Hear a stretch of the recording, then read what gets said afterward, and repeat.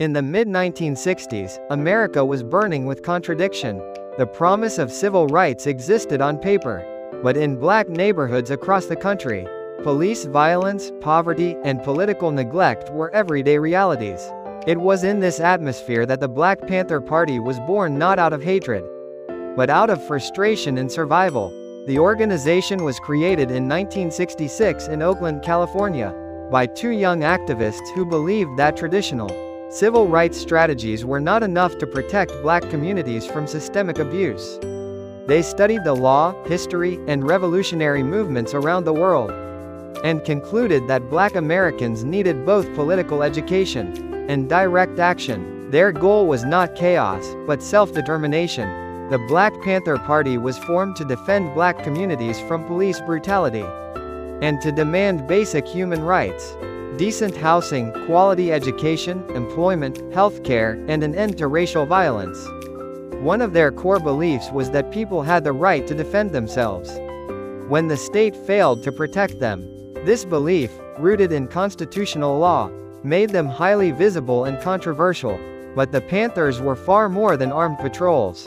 They created community survival programs that addressed needs the government ignored. They ran free breakfast programs for children, provided health clinics, offered free clothing, and organized political education classes. Thousands of children were fed every day. For many families, the Panthers were not extremists, they were lifelines.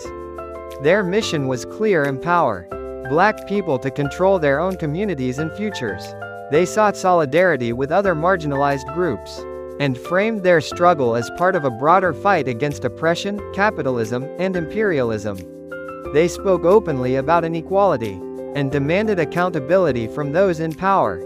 This visibility and growing influence drew the attention of the U.S. intelligence community. Federal agencies labeled the Black Panther Party a major internal threat, not because of proven acts of terrorism, but because of their ability to organize, inspire, and challenge the status quo.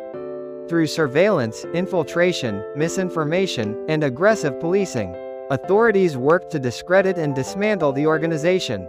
Internal divisions were exploited, leaders were harassed or imprisoned, and public perception was shaped to paint the Panthers as dangerous radicals rather than community organizers. By the early 1970s, the Black Panther Party had been severely weakened.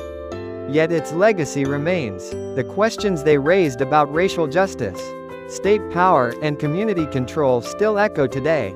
Their story is not just about confrontation, but about what happens when a marginalized community decides it will no longer wait to be saved and instead chooses to organize, educate, and resist. Quick shout out to our sponsors over at IronWiorthy. They create motivational clothes. Check below.